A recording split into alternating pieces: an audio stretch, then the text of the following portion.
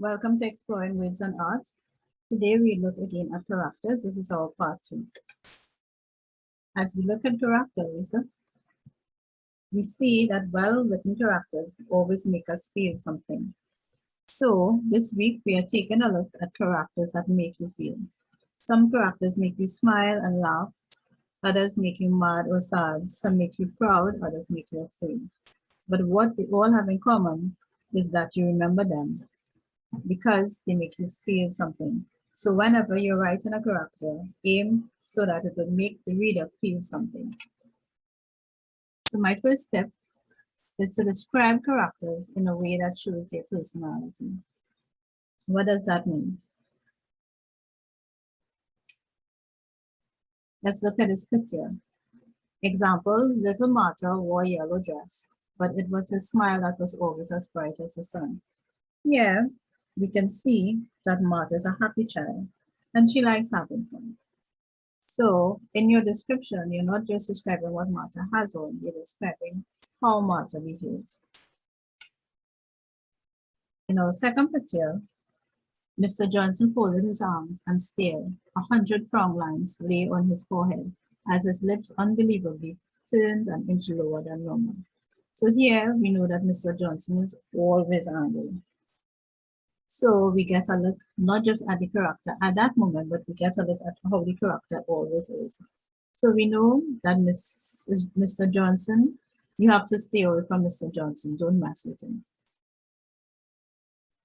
Tip 2. When you describe, add your character's feelings at the same time.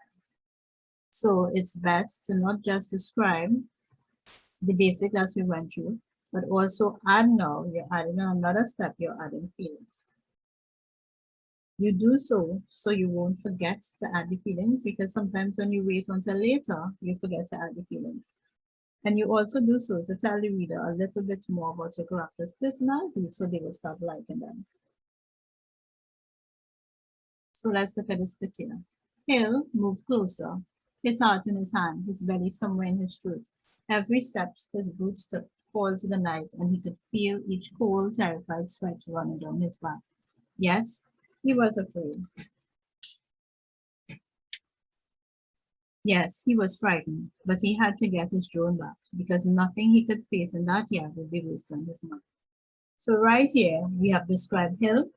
We see that he's feeling afraid. We haven't really said what he looks like, but we know that he is feeling afraid.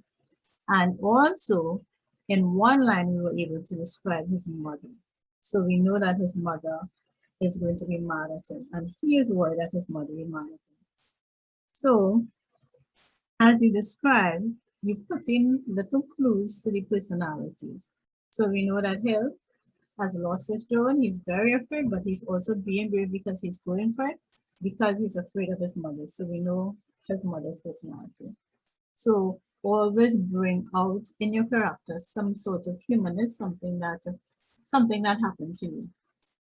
As we move on with tip 3, when you first meet your character, you describe the physical, but as you continue to describe feelings. So in our first character video, in the basic video, that was the physical. So when you first meet your character, you describe it, but as you continue through your story, you don't keep saying that they have a red shoe or a brown dress. Now you're describing feelings. So when you describe, you can describe physical characteristics, what the person are wearing in the beginning, because readers don't want to just know about people with beautiful hair or blue shirts or fancy shoes. Readers want to read about people who are just like them. Characters who are sad, happy, get angry, they get scared, they fail, they try again. People who have best friends, people who have no friends, people who would search high and low for their pets, just like you. People with both parents, one parent, or no parents. Readers want people to read about characters that are real. Tip 4. Research about your character, personalities, and make it fit your writing. So you must research. Use YouTube, look at videos, look through books, research and find out different things about your character. What I mean about that, this week when I write, I want you to think about their character as a person. What does your character like? What don't they like? What does he or she, how does he or she act or react? Who does he or she want to be like? Do they want to be like a basketballer or a footballer? Or do they want to be a movie star? Where does he or she like to go to have fun? Is your character more of a beach person, or is your character somebody who rather go to the park? What makes them happy or sad? So when you know that's about your character, you will be able to write different scenes about your character. Always remember, description goes further than just eyes, clothes, and hair. You must describe who your character is really inside.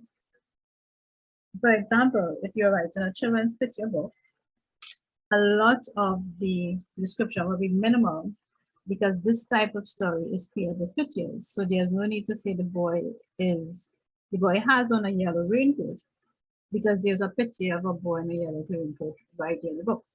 But when there are no pictures, you have to be the picture.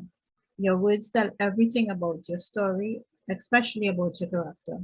So you have to be able to describe your character in depth. Remember, describe your character in a way that shows their personality. Research about character personalities and make it fit your writing. When you first meet the character, you describe the physical, but as you continue, you keep on describing their feelings. And when you describe, add your character's feelings at the same time. Always remember, description is physical, feelings, and personality. You have to get that across. And I am here to help you get it across. Thank you for listening. My writing type is available on Amazon, on Kindle and print. Name of the text is Imagination Writing. It's a do-it-yourself creative writing text, homeschooling companion, teacher's aid. From one author's perspective, it's full of handouts. This book also goes with a YouTube channel. Subscribe to the channel and let's get writing.